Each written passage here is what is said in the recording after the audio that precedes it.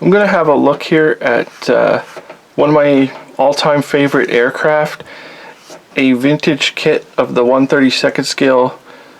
They refer to it as the Israeli Mirage 5J ground attack fighter. It also includes French Mirage 5F markings. And I want to just go through it and see what, at the time, this was a pretty good kit. And really, you can't find the Mirage 5 in any scale, really. It's pretty rare. So to have a 32nd scale one is pretty nice. I intend to build this one day, but I just want to go through here and see what actually comes in here. And we can look at the box here. They give you a blurb, and the actual manufacture date is 1975, and then it just shows basically what was on the front of the box and some detail with the pilot and the hinge canopy. Kit number on this one should be H155. On the other side of the box, they have a nice view of the aircraft there, and then a complete engine they're showing here and some other details. So we will have a look and see what you've got in here. The instructions are these.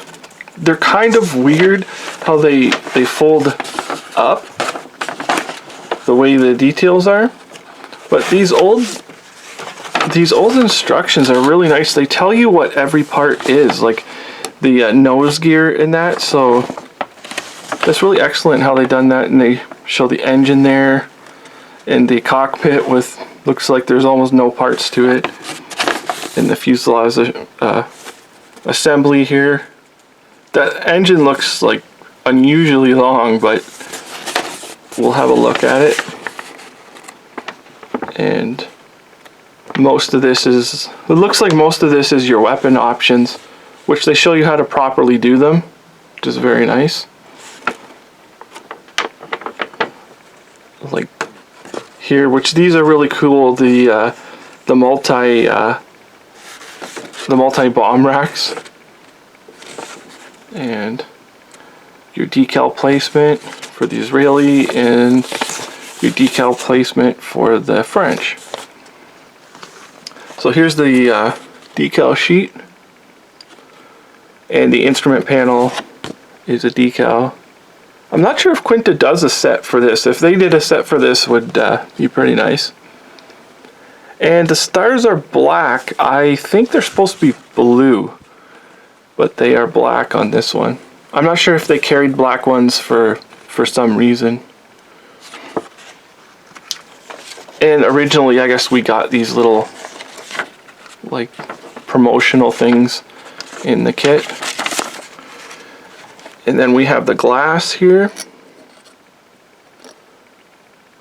which is alright. There might be, it looks like there's a bad mold on this one, like where they get that cold shut in them.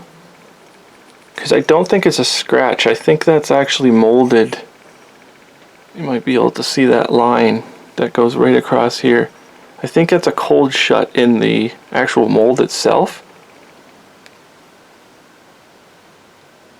Which, I don't know.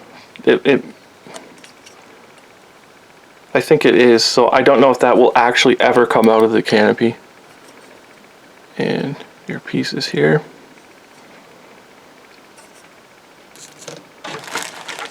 Some of these are already out of the bags. Oh, interesting. So there is actually relief in the cockpit. It isn't just, I wonder why they would go cheap on the instrument panel, because yeah, you could detail this out pretty good. And our pylons here, massive ejector pins, which are easy to get out. It's a huge part. And then naturally they're full of flash for their day.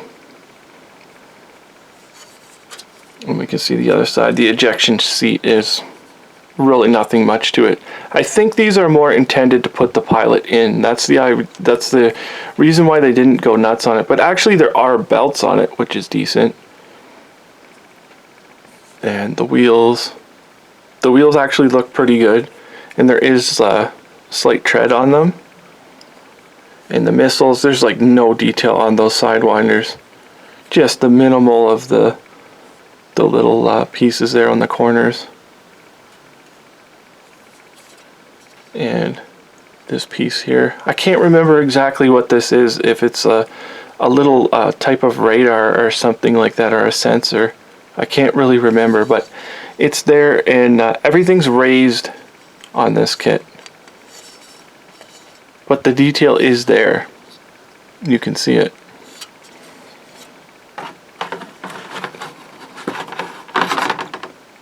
And we'll go to this piece, which is pretty nicely done. Again, it's raised, but you can see the detail is there, because that's going to be pretty prominent on a Mirage. In the gear, or the gear doors I should say. And then those fuel tanks where you carry the bombs on them, there isn't much in the way of the ejectors and the sway braces, but they're nice enough. And we'll move on here to the bombs. The bombs actually look fair. Multi-piece with the fins. I mean, it's a bomb. There's really not a whole heck of a lot you can do with it. So there's those. And then we can see the pilot, which he's not the greatest. He's pretty softly molded.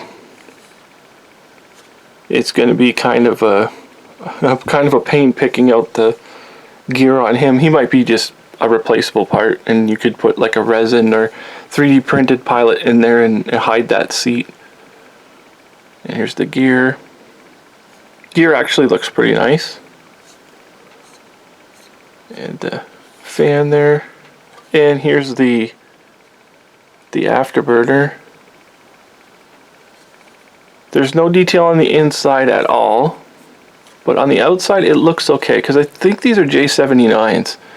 Which is the same as the Phantom. I believe they are. I'm not as 100% sure on that, because they have a kind of a weird looking afterburner, like the can on them, so that's alright. And here's the rear piece.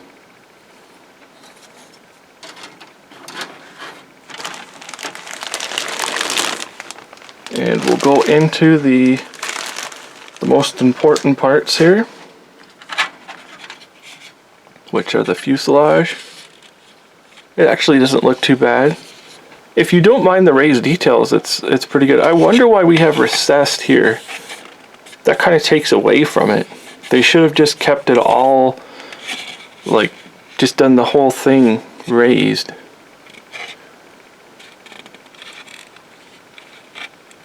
So everything looks good on there. This piece here, which this little thing here is a fuel tank, and it can be removed and you can replace it with a JADO pack. So it's nice that they've put it recessed here, but it should have been recessed along there as well. No detail in the wheel well. And again here, they've recessed some of the nice pieces, but it's a shame they didn't just go one way or the other. This is where the cannon is, and there's no detail at all. There's no opening or anything, so it's almost like it's an upscaled thing when they don't have those open. And the cannons are pretty prominent on the Mirage. They're 30mm guns, and there's no detail on the inside. We'll have a look at the other side. And the intakes aren't just flat against the side. There is a gap there, which will look nice.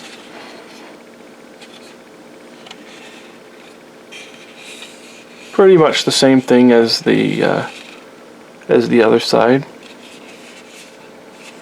I mean, it's all right, but I mean, this is a big drawback. And I assume these are just like how you would put the rear like tail fin on there. It must just be to stabilize it. And we have the wings, the fuel tank, rocket pods, which are really neat. There's really no, there might be just, you can see there are tips to the rockets in there, which is nice. I'm not exactly sure how recessed the rockets actually are, if they should stick out more or not, but it appears as if they are loaded rockets, which is cool. And then they've got the fuel tank there, and it's all recessed. And some pieces here, and here's the wings. No detail in the gear. This is nice that they've recessed the little air brake there. And the flaps, they're nicely detailed. The upper wing, again recessed, which is nice.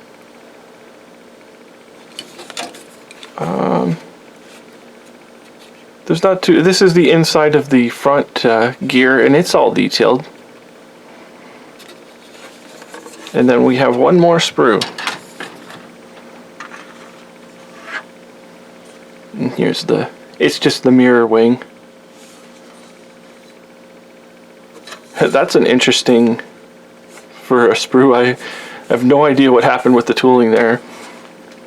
But here's that engine, which looks good enough. I mean, it could be, all this could be redone because you've got the basis for an engine here. And just some more pieces. So it actually looks like it's not too bad of a kit considering its age and everything. It looks like it's actually pretty decent. So this was the Israeli Mirage 5J ground attack fighter from Revell from 1975. It looks like an okay kit. As long as you're okay with raised panel lines, it should be able to build up. I would recommend getting a set of photo etched, or possibly if Quinta did a set for the instrument panel would be nice, and you're probably set to go from there. So other than that, thank you for watching.